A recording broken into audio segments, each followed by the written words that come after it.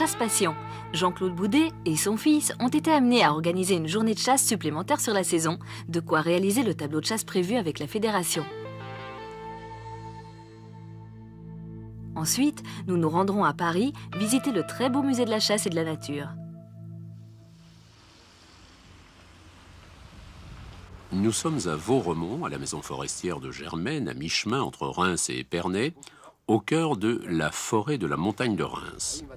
Stéphane Boudet et son père Jean-Claude accueillent aujourd'hui une cinquantaine de fusils pour cette journée de chasse au sanglier qui vient en supplément de la saison afin de réaliser le tableau prévu. Il y avait des grands cerfs, là, pour les tirer. Bonjour monsieur. Bonjour. Ça va? Bonjour. Bon, bah allez. Messieurs, bonjour. Comme de coutume, les chasseurs du jour prennent part au banquet dans la salle de chasse.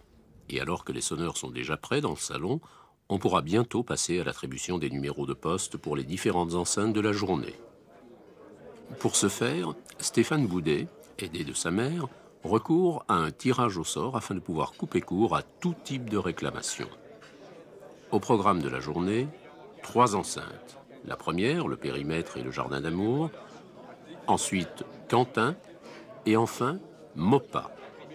Précisons que le domaine de Germaine s'étend sur 1600 hectares de forêt privée que Stéphane, jeune directeur de chasse, s'efforce de ne pas chasser en son cœur. Le but, préserver le cheptel.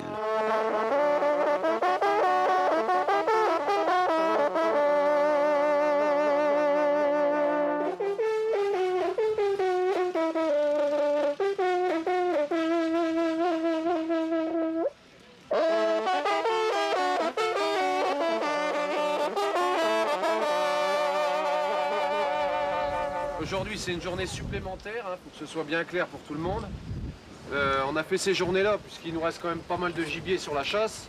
On pouvait se permettre de faire quelques journées supplémentaires. C'est pour ça que c'est pas la peine de tirer des laits. On fait ça pour faire des bêtes rousses et des mâles.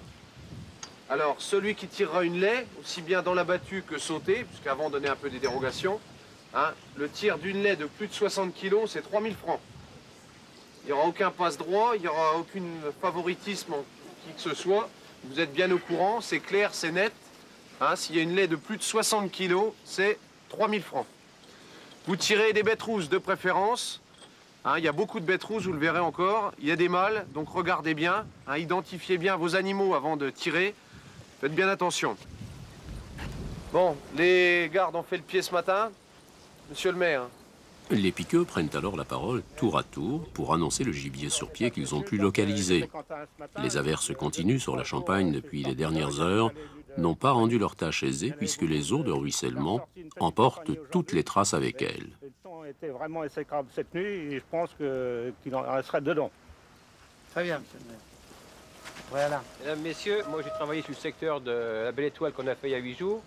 Et puis le poste 4, j'en ai vu par corps. Alors c'est pareil, ça va très mal à faire le pied parce qu'il n'y a plus toute la nuit.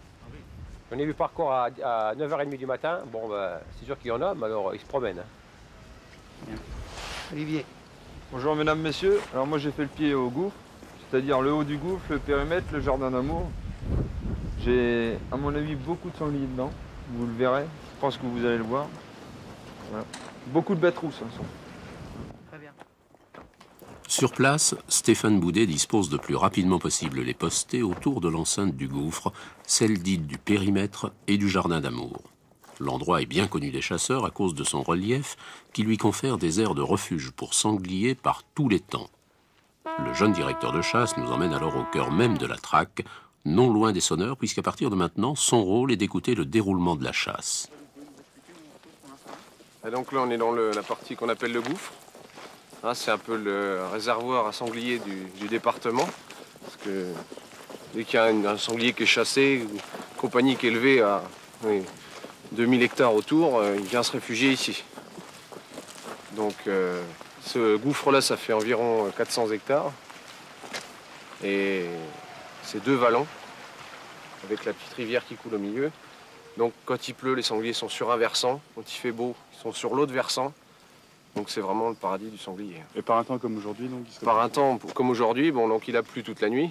Là, le temps est en train de se dégager. Il sera plutôt du côté versant à l'abri de la pluie. Hein, parce qu'il a plu quand même jusqu'à 9h ce matin. Donc À mon avis, ils sont bloqués là, sur ce versant-là. Et votre rôle ce matin, c'était quoi? Bon, bah donc moi, je suis le directeur de chasse. Mon père est propriétaire de la forêt. Moi, je suis directeur de chasse. Donc, j'organise un peu les battues. Et puis la traque. Ah, ça y est, les chiens sont partis. Et donc, mon rôle, c'est d'accueillir les chasseurs, de leur donner un numéro pour la journée. Ils sont placés. On est 4 chefs de ligne, on place. Et puis donc, on fait le compte-rendu de la journée. Le chevreuil, là, juste derrière. Le chevreuil. Donc, les consignes sont claires, on ne tire pas le chevreuil aujourd'hui. Donc ici, aujourd'hui, bon, on est quand même le dernier jour de la saison. Bon, donc on tire, pour cette battue-là, on tire que du chevrillard, c'est-à-dire que des jeunes de l'année. On protège les chèvres et les brocards. Les consignes de tir sont très strictes et draconiennes en ce qui concerne le sanglier surtout, puisqu'on veut absolument éviter de tuer les laits. Tirant que principalement des bêtes rousses et des mâles. Bon, il y a toujours un pourcentage de lait qui est tué par erreur, donc ça compense, ça fait un équilibre, quoi. Il y a combien de fusils aujourd'hui? Donc aujourd'hui, on est 42 fusils. En général, on est aux 35, 40 fusils. Et là, comme c'est les derniers jours, les gens reviennent plus facilement à la fin.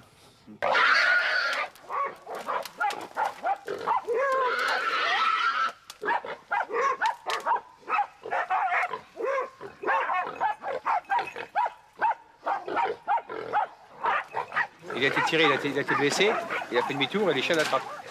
Les chiens sont habitués. Hein.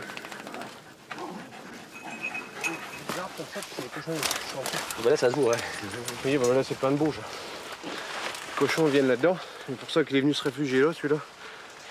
Alors, les chiens le tenaient, il doit être blessé. Il doit être blessé par les chasseurs au-dessus. Puis les chiens l'ont attrapé là.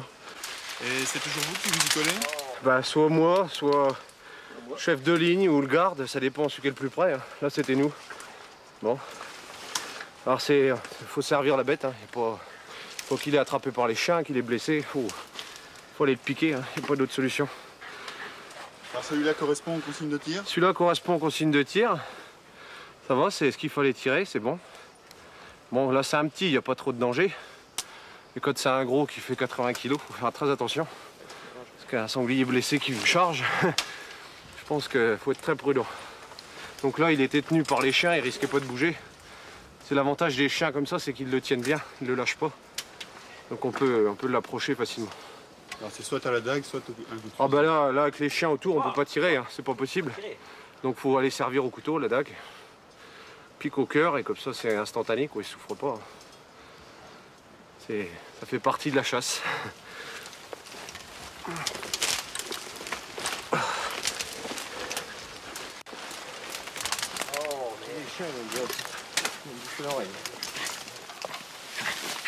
Regardez comme ils sont acharnés pour les sangliers. Un chien de chasse.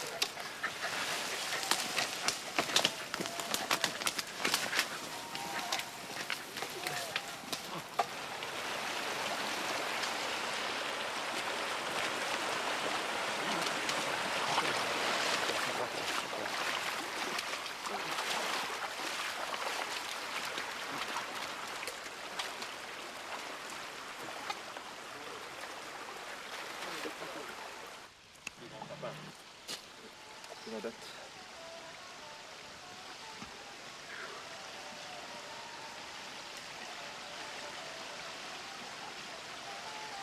Donc là, ben, je vais mettre les bracelets. Donc c'est bracelets sangliers. Hein. Donc on doit en mettre un jusqu'à un sanglier de 30 kg corps plein. Hein, on parle toujours en poids plein. Donc jusqu'à 30 kg on en met un. De 30 à 60 kg, il faut en mettre deux. Donc là c'est le cas, hein, il fait plus de 30 kg à mon avis, il fait plus près de 40 même. Donc on en met deux et au-dessus de 60, on doit en mettre 3. Donc ce qui sert, les bracelets servent à payer une partie des dégâts de gibier occasionnés dans le département. Donc c'est les chasseurs qui payent les dégâts de gibier. Voilà.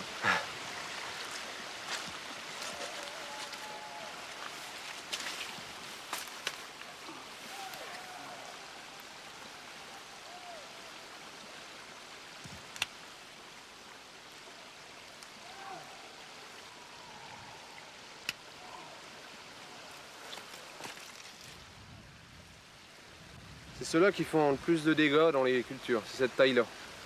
Parce qu'ils vermillent toute la journée, tandis qu'un gros mâle, Un gros mâle, lui, va manger une fois, puis il faut qu'il est rassasié, il s'en va.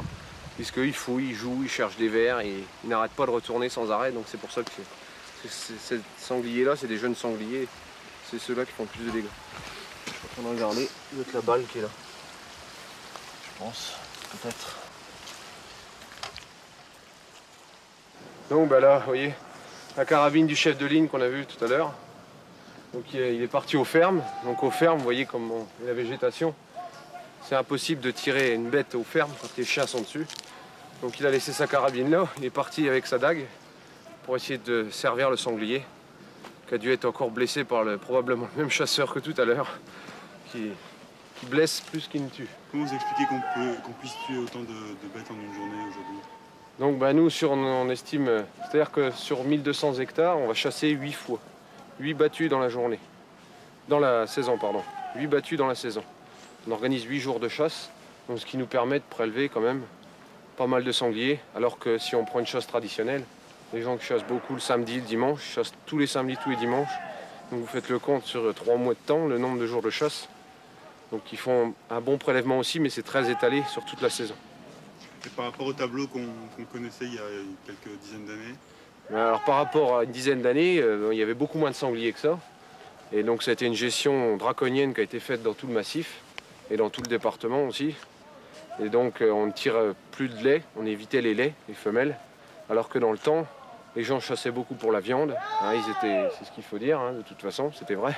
Ils chassaient pour la viande et ils tiraient souvent les gros. Les sangliers, quand une troupe de sangliers arrivait, ils cherchaient toujours le plus gros. Et 9 fois sur 10, le plus gros, c'était la laie meneuse ou la laie tête qu'avaient des jeunes. Et donc ils tuaient la femelle, forcément la reproduction était tout de suite faite. Donc maintenant on tire beaucoup de ce qu'on appelle des bêtes rousses, c'est-à-dire des bêtes qui sont nées de l'année. Donc c'est pas un prélèvement. Si on tire que les bêtes rousses et on laisse les femelles, et les quelques gros mâles pour la reproduction aussi, on évite, on gère bien notre population de sangliers. Pour donner un ordre d'idée, il y a quelques dizaines d'années alors, combien de sangliers on pouvait faire en une saison? En une saison, dans ce massif-là, en une dizaine d'années, il faisait une trentaine de sangliers dans la saison. Cette année, nous, on va en avoir fait presque 300. Voilà, donc là, ça a fortement augmenté.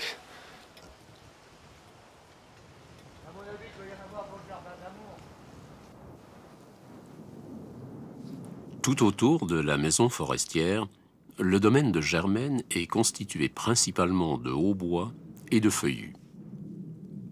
Le gibier que l'on y trouve, c'est bien entendu du sanglier et du chevreuil, mais également du cervidé. On y chasse aussi bien en traque qu'au mirador, et il n'est pas rare de réaliser de gros tableaux.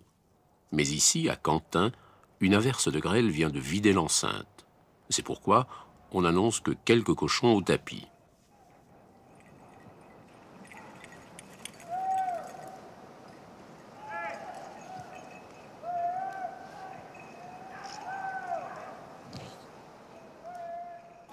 Ici, on pratique 2 types de chasse, la chasse en battue et la chasse d'approche mirador. Hein, donc la chasse individuelle, c'est-à-dire que là, le chasseur est seul, avec le garde ou moi-même ou mon père. Donc on accompagne le chasseur pour lui indiquer les places où il peut aller chasser. Et là, aujourd'hui, on est en chasse en battue. Donc battue, c'est des groupes. Donc aujourd'hui, on est une quarantaine de chasseurs. Et là, il y a donc un rabat, une traque. Et c'est 2 chasses complètement différentes. La chasse d'approche et de mirador, ça permet de bien connaître la population, bien savoir ce qu'on a sur le territoire. Et puis à l'occasion, en été, on peut tirer un brocard. Et puis quand arrive le mois de septembre, on peut tirer les sangliers. Les sangliers, toujours les brocards. Vous relevez les indices de présence des... Voilà, c'est un bon moyen d'observation pour le territoire. Et ça permet aussi d'éliminer les renards qui sont sur le territoire. Comment vous parvenez à fixer principalement le gibier ici autour du gouffre par rapport aux chasses voisines? Bon, ici c'est le biotope, hein, c'est le gouffre. Hein. De toute façon, ce serait pas là, ce serait pareil. Les sangliers, c'est leur coin, c'est le gouffre. Ça a toujours été comme ça ici. Bon, en plus, on les agrène tous les jours, on les nourrit, on les dérange pas puisqu'on évite d'y aller le plus souvent possible. Quand c'est le moment du ramassage des champignons, on fait un peu le chef de police. On empêche les gens d'aller se promener là-dedans. Pas déranger le gibier.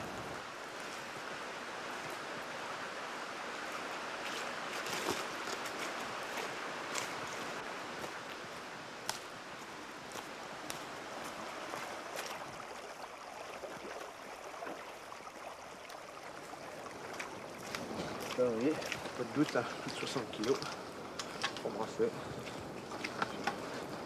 C'est une lait, mais c'est une bête de l'année. Hein. On voit bien, parce qu'elle n'a pas de tétine, elle n'a rien encore.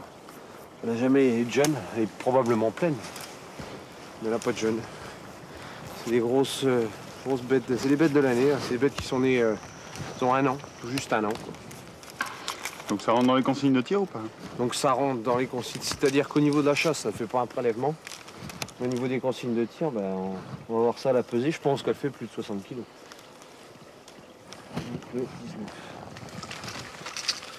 Mais c'est pas un gros, c'est pas grave. Pour la chasse, c'est pas grave. Ça aurait été plus grave si vous avez une laie de 80 kilos qui a déjà eu des jeunes et tout. Là, c'est déjà. Là, c'est le prélèvement.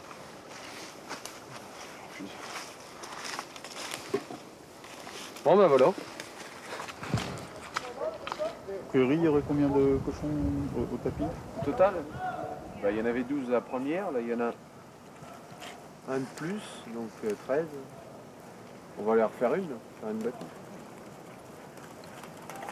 Les chiens qui sont top. Allez, gamin.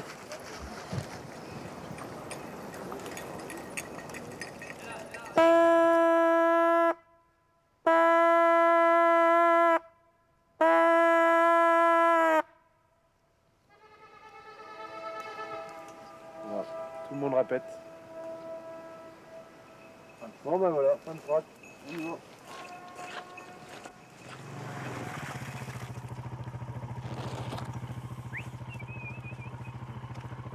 On le met devant. Tiens, barbe et position de... Ouais.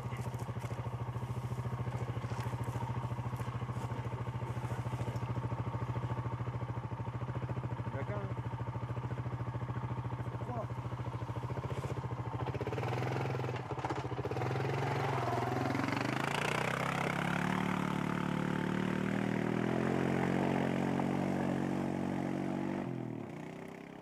En attendant qu'on lance la dernière battue, les chasseurs tentent de se faire une idée du tableau intermédiaire. De leur côté, Jean-Claude Boudet et son fils organisent sur le papier l'enceinte du MOPA.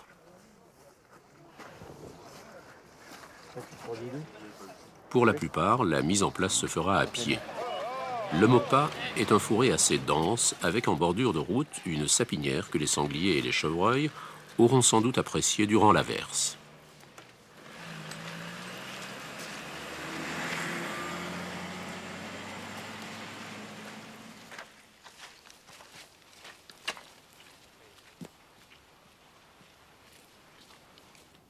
D'abord, il y a ce brocard qui prend le temps de se restaurer au beau milieu de la traque, juste en face d'un posté, comme s'il savait qu'aujourd'hui, on ne tire que les chevrillards.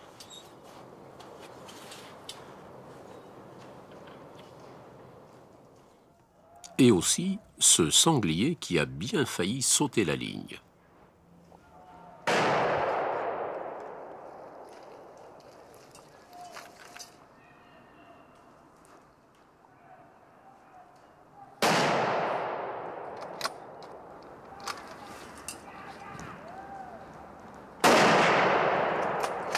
Attention à la route!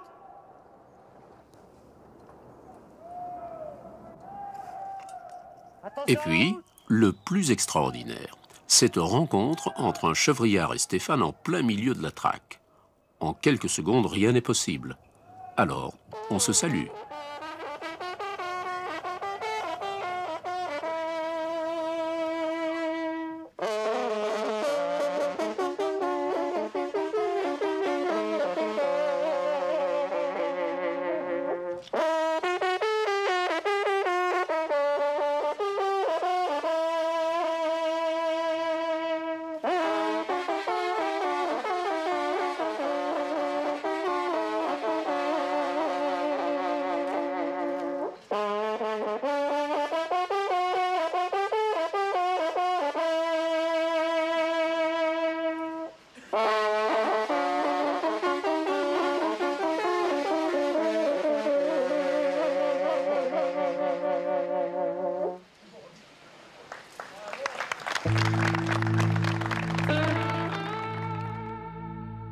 Classé parmi les monuments historiques par André Malraux, l'hôtel de Guénégaud à Paris recèle des collections de chasse et d'objets d'art cinégétiques, reflet de l'amour de la nature manifesté par François Sommer.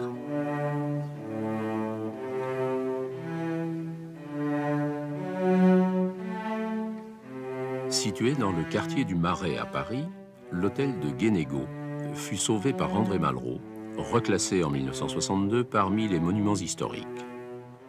La fondation de la Maison de la Chasse et de la Nature, reconnue d'utilité publique, obtint que l'hôtel lui fût destiné, attribué par bail amphithéotique et à charge pour elle de le restaurer. Aujourd'hui, l'hôtel abrite notamment le musée de la chasse et de la nature.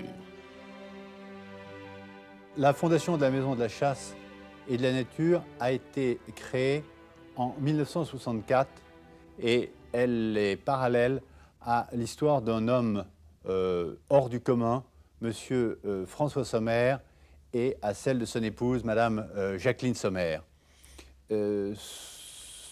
Monsieur Sommer, ardennais, était un chasseur passionné et après la guerre, il a voulu introduire en France les principes de chasse qui étaient ceux des pays germaniques, à savoir essentiellement une chasse au grand gibier sélective permettant de choisir les animaux qu'on tire et par là même d'introduire des principes de gestion dans une population de gibier.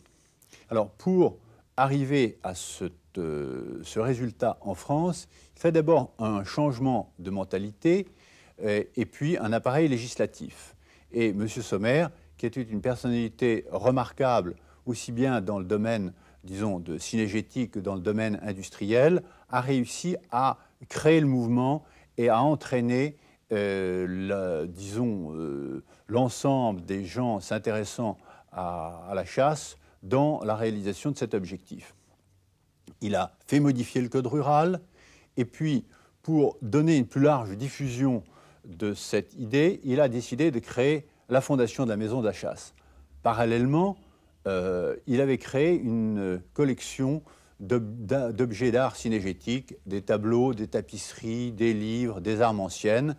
Et malheureusement, le drame de cet homme était de ne pas avoir de descendants. Et il a donc décidé de léguer toute sa fortune et ses collections à un musée qui maintiendrait son souvenir intact et qui permettrait de faire vivre et perdurer cette éthique particulière.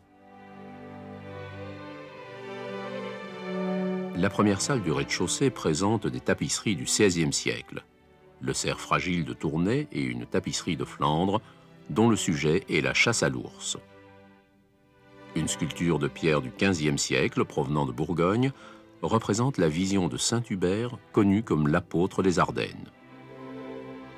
Le mobilier comporte un grand coffre espagnol avec scène de chasse peinte sur sa face antérieure, surmonté d'un bois de cerf gravé de vues de ville de Württemberg, daté 1627.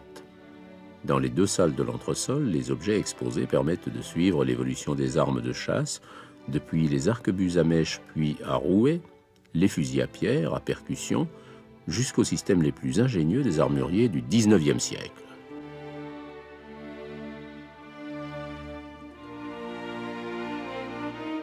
De magnifiques trophées et animaux naturalisés figurent dans toutes les salles, particulièrement les salles d'Afrique, d'Asie et d'Amérique, voisinant avec des armes de ces mêmes pays. Ils offrent une évocation précise de la faune exotique.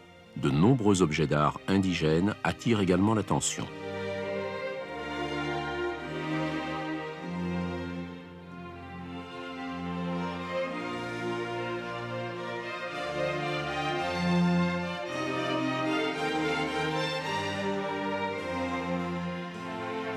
Ici aussi, nombreux sont les massacres et les têtes montées.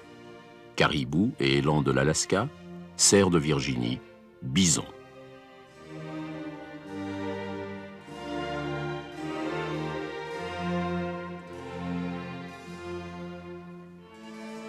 Parmi les massacres et têtes montées de la salle d'Asie, buffles d'eau, mouflons, tigres. De nombreuses armes et accessoires de l'importante collection de François Sommer viennent encore enrichir la pièce.